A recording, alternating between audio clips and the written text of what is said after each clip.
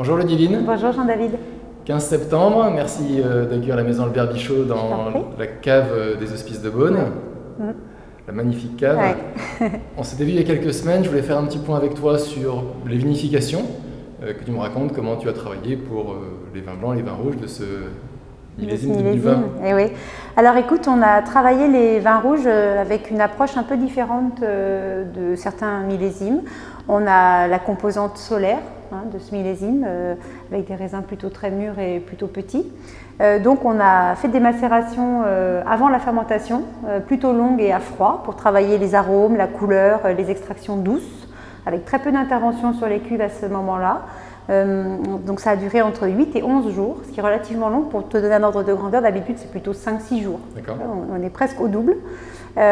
Pour autant, le temps de macération total ne s'est pas trouvé trop allongé, puisque derrière les fermentations sont parties très vite. La fermentabilité du millésime était excellente, donc après les sucres se sont terminés très vite. Et on a commencé les décuvages en début de semaine dernière, après des cuvaisons entre 18 et 22 jours de cuvaison totale.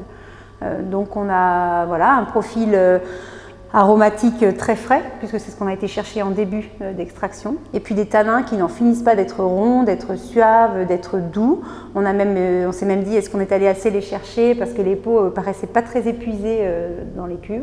Et puis en fait, les textures, maintenant qu'on commence les entonnages, les textures sont là, la profondeur est là, les robes sont complètement noires. On a du pinot noir qui n'a pas de noir que le nom. De noir que le nom. Tu parlais de fraîcheur, alors c'est, j'imagine, un peu paradoxal, parce qu'on quand on s'est vu, on a parlé de ce millésime très chaud, très ensoleillé. C'est vrai. Comment tu expliques le fait qu'on ait gardé cette fraîcheur? Parce que peut-être que pour des gens, justement, l'effet du soleil ou de la chaleur peut entraîner soit des degrés d'alcool peut-être très importants, est-ce que ça a été le cas?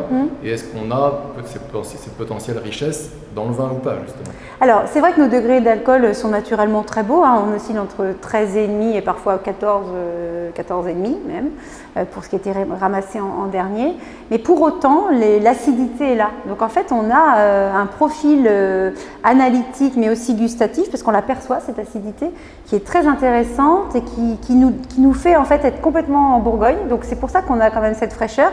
Et l'aromatique n'est pas du tout sur du compoté, du cuit, du figué, comme ce qu'on craignait. Si on est très franc, c'était un petit peu notre crainte. Mais je pense aussi que d'avoir déployé une méthode de macération, une méthode de vinification pour finalement apporter un peu aux raisins et aux cuves la fraîcheur que les fruits n'avaient pas eu aux vignes, ça a peut-être contrebalancé, que chacun a un peu repris sa place, repris ses droits.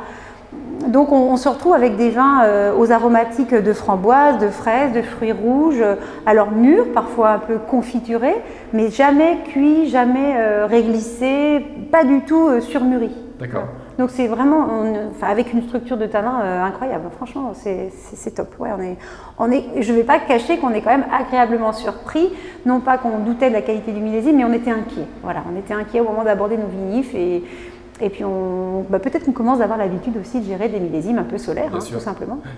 Ok, ça c'est pour les rouges. Si tu me parles un petit peu des blancs, qui a toujours un petit peu plus de recul. Ah oui, les blancs, forcément. Alors c'est un millésime qui je le dis depuis le début, qui m'enthousiasme vraiment en blanc.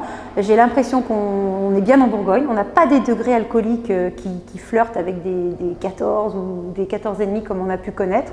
Donc on est vraiment sur des équilibres naturels bourguignons, habituels, avec des fraîcheurs de fruits aussi sur la pêche, la poire, la pêche de vigne. C'est incroyable, les décoctions dans les caves sont vraiment palpables. Et puis du coup, les fermentations sont beaucoup moins rapides qu'en rouge. On a l'impression que là, c'est la nature qui reprend ses droits.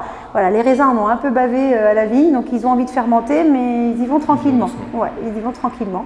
Donc on a encore des vins blancs qui, pour les 3/4, sont encore sucrés à l'heure où je te parle.